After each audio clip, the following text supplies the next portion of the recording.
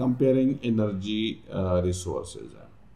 और वो इसको अगर आप यूँ कर लें मिसाल के तौर पे, किस तरह से हम एनर्जी रिसोर्स को कंपेयर करेंगे कि भाई इसके एडवांटेजेस क्या है, डिसएडवांटेजेस क्या है।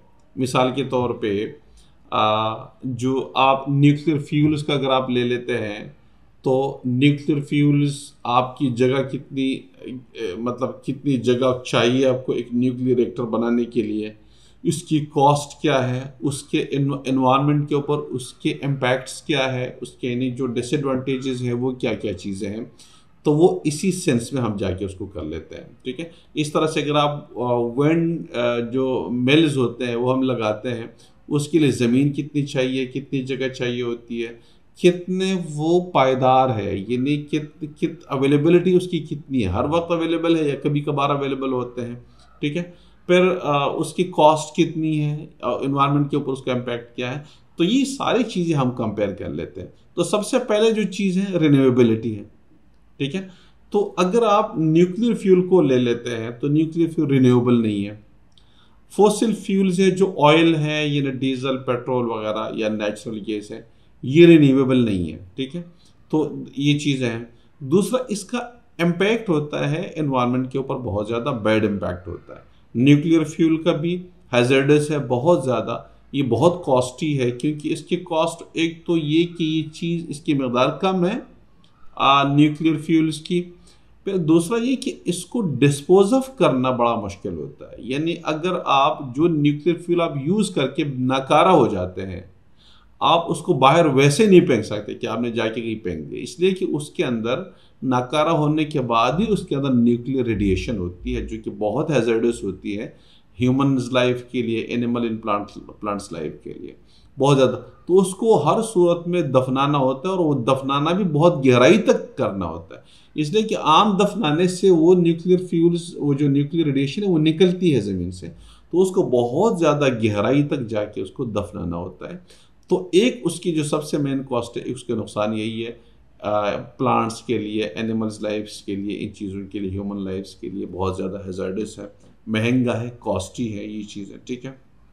ख़तरनाक होता है। उसके अंदर अगर कोई लोग काम कर रहे होते हैं तो उसके लिए प्रॉपर इक्विपमेंट चाहिए होती है, प्रॉपर उनके एक लिबास, प्रोटेक्टिव लिबास उनका होता है, तो वो चाहिए होती है, ठीक है। एक तो ये चीज़ है। फिर रिन्यूएबिलिटी अगर इन चीज़ों की करें तो रिन्यूएबल नहीं है ये हमारे पास, ठीक है। जितने फॉसिल फ्यूल्स वगैरह चीज़ें ये रिन्यूएबल नहीं है। इसके बाद कॉस्ट उसकी ज़्यादा है। अवेलेबिलिटी तो हर ये उसके फ़ायदे में आता है कि ये अवेलेबल है, लेकिन जब तक मौजूद है ज़मीन के अंदर तो आपको अवेलेबल है, आप मशीनों के ज़रिए निकाल के उसको यूज़ कर सकते हैं।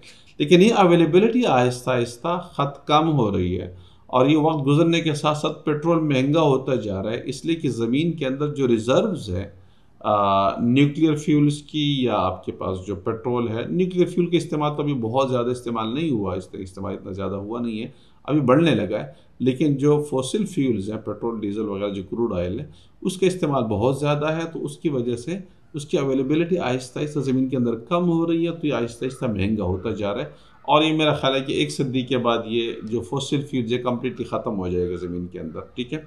रिलायबिलिटी है तो इसके ऊपर रिलायबल तो है, पेट्रोल डीजल अगर है तो आप उससे सारे काम ले सकते हैं, लेकिन उसका प्रॉब्लम यही है कि कॉस्टली है, और आहिस्ता आहिस्ता उसका जो ज़ख़ीरा है वो ख़त्म हो रहा है। और उसके बाद स्केल। अच्छा, अब असल में इसकी जो दूसरी चीज़ें हैं हमारे पास ना, कि जो हमारे पास जो रिन्यूएबल एनर्जीज़ है, यानी जो सनलाइट है, सोलर एनर्जी जो हम हासिल कर लेते हैं, इसके अलावा जो विंड एनर्जी है या टाइडल एनर्जी है, जियोथर्मल एनर्जी है, ये सारे जितने एनर्जीज़ हैं ये हमारे पास रिन्यूएबल है, ये हमारे पास मौजूद है। अच्छा, जियोथर्मल एनर्जी रिन्यूएबल नहीं है, बाकी जो एनर्जीज है ये रिन्यूएबल है।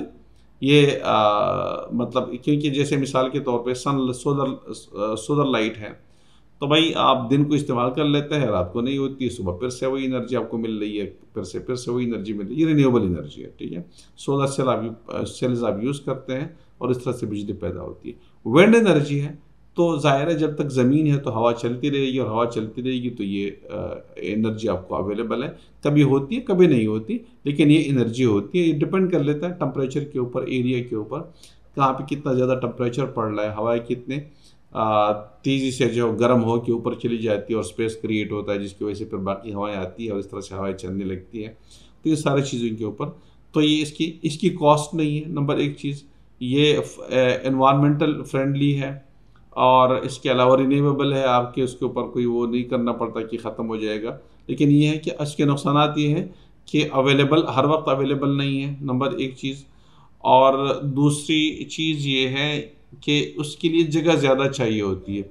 मिसाल के तौर पे अगर आप एक एटॉमिक रिएक्टर को अगर आप मतलब कहीं पे प्लांट करना चाहते हैं तो आपको एक फुटबॉल के जितना ग्राउंड होता है उतनी जगह चाहिए होती है। लेकिन अगर आप विंड एनर्जी को करना चाहते हैं तो विंड एनर्जी के लिए आपको बहुत बड़ा रकबा चाहिए होता है, बहुत बड़ा एरिया चाहिए होता है, जहाँ पे आप ये विंड सिस्टम को प्लांट करके, जो विंड मिल्स है उसको प्लांट करके वहाँ से कोई एनर्जी पैदा कर सकते हैं। तो एनर्जी बहुत ज़्यादा चाहिए। इस तरह से अगर आप डैम को ले लेते हैं, तो जो डैम की बात हमने करी, तो डैम के अंदर क्या होता है कि बेतहाशा ज़मीन अंडरग्राउंड आ जाती है। उसके अंदर आबादियाँ होती हैं, जंगलात होते हैं, काबिल काश ज़मीन होती है जिसे गंदम या या मतलब कोई फल वगैरह ये हासिल किए जा सकते थे। जब हमने डैम बना दिया तो सारी ज़मीन उसके अंदर आ गई। और फिर जब सैलाब आ जाता है तो सैलाब के अंदर चूँकि वो एरिया पानी और जमा हो जाता है, बिल्कुल पीक तक पानी चला जाता है, तो और ज़्यादा एरिया उसके अंदर आ जाता है। तो ये उसके नुकसानात हैं। और एनर्जी उनसे न्यूक्लियर फ्यूल के निस्बत या फॉसिल फ्यूल्स के निस्बत कम एनर्जी हासिल होती है बनिस्बत पेट्रोल। मिसाल के तौर पर अगर आप सोलर पैनल को यूज़ कर रहे होते हैं तो उससे जो एनर्जी पैदा होगी उसके निस्बत अगर आप पेट्रोल को यूज़ करेंगे तो उससे ज़्यादा एनर्जी पैदा होती है। तो ये उसकी कुछ चीज़ें हैं, कंपेयरिंग एनर्जी रिसोर्स की, आप उसको कंपेयर करेंगे तो ये चीज़ें आपको इसके कुछ उसके एडवांटेजेस, उसके डिसएडवांटेजेस हमारे पास हैं। ठीक है, ओके। तो ये हमारे पास एक दूसरा जो इसने स्केल लिखा हुआ है कि कितने स्केल पे fossil fuels power station can be compact and still supply to a large population, it would take several square metre, जो हमने पहले बताया कि कितने स्केल पे आपको करना।